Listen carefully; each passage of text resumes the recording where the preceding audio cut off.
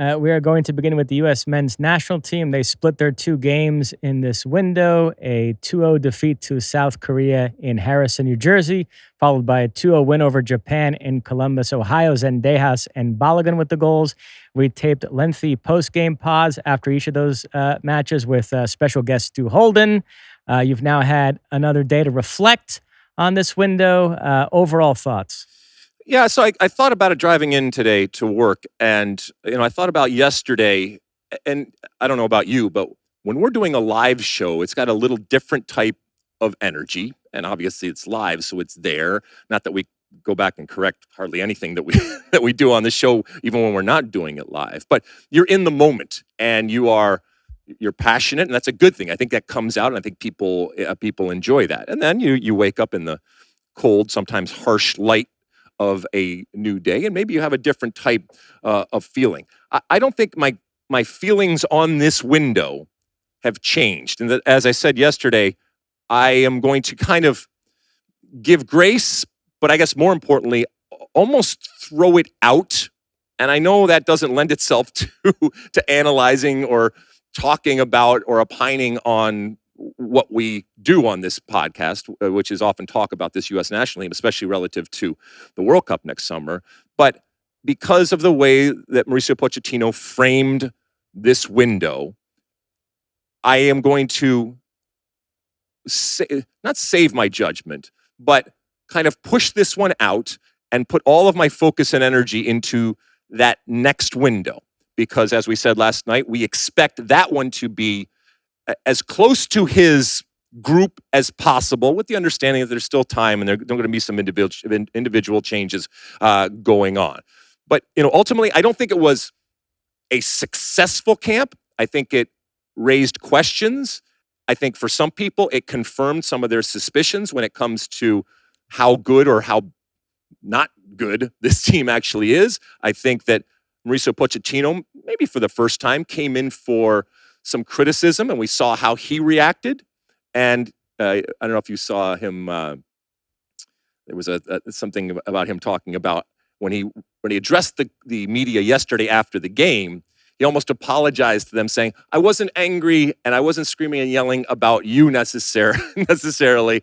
And I think he mentioned his wife at the time. It was actually an incredibly endearing type of moment to see Mauricio Pochettino say that. But he understands that he's going to get criticism. All of that is to say is that I think some real judgment and maybe some real answers are going to come in this next window.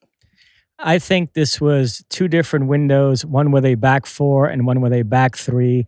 And the performance against Japan was so good that I think it added some gloss to those last 30 minutes against South Korea. It makes you think maybe that wasn't about South Korea taking their foot off the gas. Maybe it had to do with the formation change. Mm-hmm. And if you look at the 120 minutes in this window in which the U.S. played in that back three, they looked pretty good, created a lot of chances, scored some nice goals, should have scored more. So I think we might look back on this as a very significant window in the run-up to the World Cup because it's the one in which the U.S. figured out its formation. I do think it's going to be this 3-4-2-1 moving forward, and now it's just about plugging in the right pieces, a different third center back than Blackman alongside Richards and Ream. Obviously, Dest and Jedi as the wing backs. I would put McKennie alongside Adams in the midfield, and then another player alongside Pulisic floating behind the center forward. And I do think that player needs to be more playmaker-ish, less winger. So it probably knocks out Timmy Weah because you're going to be, in this formation, relying on your wing backs to provide the width. So it would be somewhat redundant to have Dest as a wing back and Timmy Weah as well. So I think you're looking more of a Tillman or a Gio Reyna if he can have a good season at Gladbach, as that other guy alongside Pulisic playing behind a center forward, which we now think Balogun has reestablished himself as the favorite there, but maybe Pepe can make a run at him. So all of a sudden there is a path here. I think U.S. fans do come out of this window feeling better about things than they were going in, and certainly they were after the South Korea match. Yeah. Okay, so you mentioned Balogun. So let's get into kind of the stars of the window as far as I'm concerned. And I know I started this off saying that I'm kind of throwing this window out, but it happened and we still should look at it. And I do think that some people help themselves and increase their stock. So if I'm giving you my 3 stars of the window that help themselves the most, I think I'm going to go from 1 to 3. So 1 is Flo Balogun. 2, Matt Freese in goal. And 3, Serginho Dest. When I talk about Serginho Dest, look, we know how his injury and how serious his injury was. We didn't get to see him this summer. He comes back in. It's not that he didn't miss a beat. I don't think he's back yet to where he can be, and I think where he will be and where I hope he will be. But he obviously made an impact.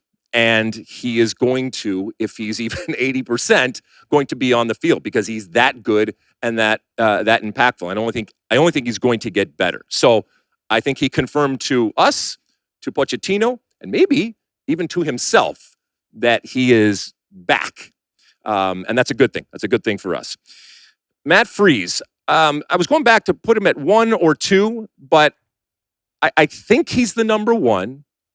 We've talked about this, that it's amazing that he is, and maybe says a whole lot more about our goalkeeping core than it does necessarily about Matt Freese. But timing is everything. He was there this summer, made a big splash in terms of saving the penalties, went to the final. I thought he should have done better on one of the goals, certainly against Korea. He got his shutout last night, made some good saves, and I think established himself as more than just a guy who saves penalties, which I think he kind of needed to do. And again, like I said, timing. He's there. It's open. There's a competition. Matt Turner, who for a long time was the incumbent, wasn't even in this camp. So I'm going to put Matt Freese at 2. And the only reason I wouldn't put him at 1 is that I'm still not convinced, as you may be, that Matt Freese is going to be the starting goalkeeper come next summer. And then number 1, Balogun comes back in, even in that 20 minutes, like you mentioned in that first game, changed the complexion of the game. And I know sometimes it's unfair to judge a substitute. The game state and all that kind of stuff has changed. But then to see him in the game yesterday, obviously get a goal, be much more active. And certainly if you're comparing and contrasting with what Josh Sargent did, it's man versus boy. And so I have him as my number 1 in terms of the 3 stars. Can I identify some losers in this window? Yes, absolutely. We love losers here on the State of the Union. Certainly Josh Sargent, as you mentioned. Yep. I'm really wondering how many more chances he's going to get in this cycle. Timmy Weah, who I just mentioned, only because I do think this switch in formation knocks him out of the starting lineup. His role would be as the backup right wing back to Serginho Dest. And then I'm going to lump these two together, Diego Luna and Sebastian Berhalter, 2 players that you're wondering if they could kick on from the Gold Cup. Didn't have particularly great windows, so I think that little bit of that momentum is dissipated, and they might fall back down the pecking order. Hold on. Let me push back a little bit here. Timmy Weah, you think that in this type of system he can't play where? Like who's playing over him? So as I said before, in a 3-4-2-1, right? I think those 2 behind the center forward, you're looking for more playmaker-ish types like a Pulisic and a Gio, or a Pulisic and a Tillman. I think putting Weah in one of those spots would be somewhat redundant because he's more of a winger. And in this formation, you're giving Serginho Dest a lot of freedom to bomb up that right side. So I do think this switch from a 3-4-2-1 maybe knocks him out of the starting lineup. I agree. In a 4-3-3, where you do play with wingers, then I do like him as that right winger, but I think the U.S. might be moving away from that. Yeah, I do think that Mauricio Pochettino likes Tim Weah, and it would...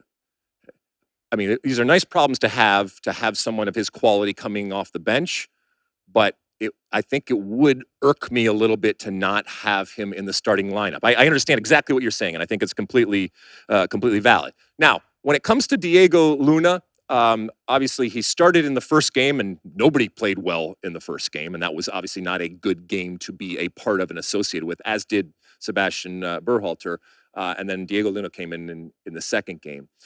A lot of talk about Zendejas. Scored a really good goal, but we also know that he hasn't been great for the national team.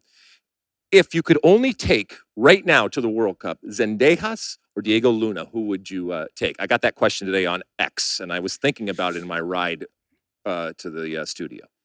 If I had to make this choice tomorrow, it would be Luna. I think he's shown more with the national team. But you still call him a loser from this window. Yeah, because coming off the Gold Cup, there was this real sense that he needed to be a starter. And I think he's fallen off a little bit in that regard. In a squad of 26, he still makes it, but I'm not sure he's looked upon as a starter after this window. He didn't have those moments and he didn't have, or even a moment, but I thought that he was active. I didn't think he was hiding, even in a game, in that first game where everybody did not look good. So yeah, I would agree with you. If I had to pick between those two, I'm not going to let the goal, which was a wonderful goal from Zendejas in that game against Japan, I'm not going to let that shade me and now go, oh, well, Zendejas is the best thing ever, because we have seen time and time again when he's come into the national team where he hasn't performed. I do think that he certainly helped his case. I'm talking about Alex Zendejas. But if it's between Diego Luna and Zendejas, I think I'm going Luna at this point. But things could change. But you agree with my three that made the biggest mark. Do you have anybody else that didn't do themselves any favors? Well, I would say a loser who wasn't in this camp is Matt Turner, because if we're saying that Matt Freese played really well and solidified, well, you're himself, saying that he's the starting goalkeeper. Yeah, so you've influenced me and you've impacted me, so I have him as my number 2 there. Yeah, I went into this window thinking Pochettino was getting cute there. Matt Turner clearly is the better option. But Matt Freese played really well and really elevated my opinion of him. So I don't know. Now it's going to be interesting to see which one of those two. I think it's between those two to start the World Cup. So almost Matt has been matted, right? Because if we remember your history in terms of what happened with Matt Turner, him taking that job, now the next Matt comes along and says, no, not so fast, Matt.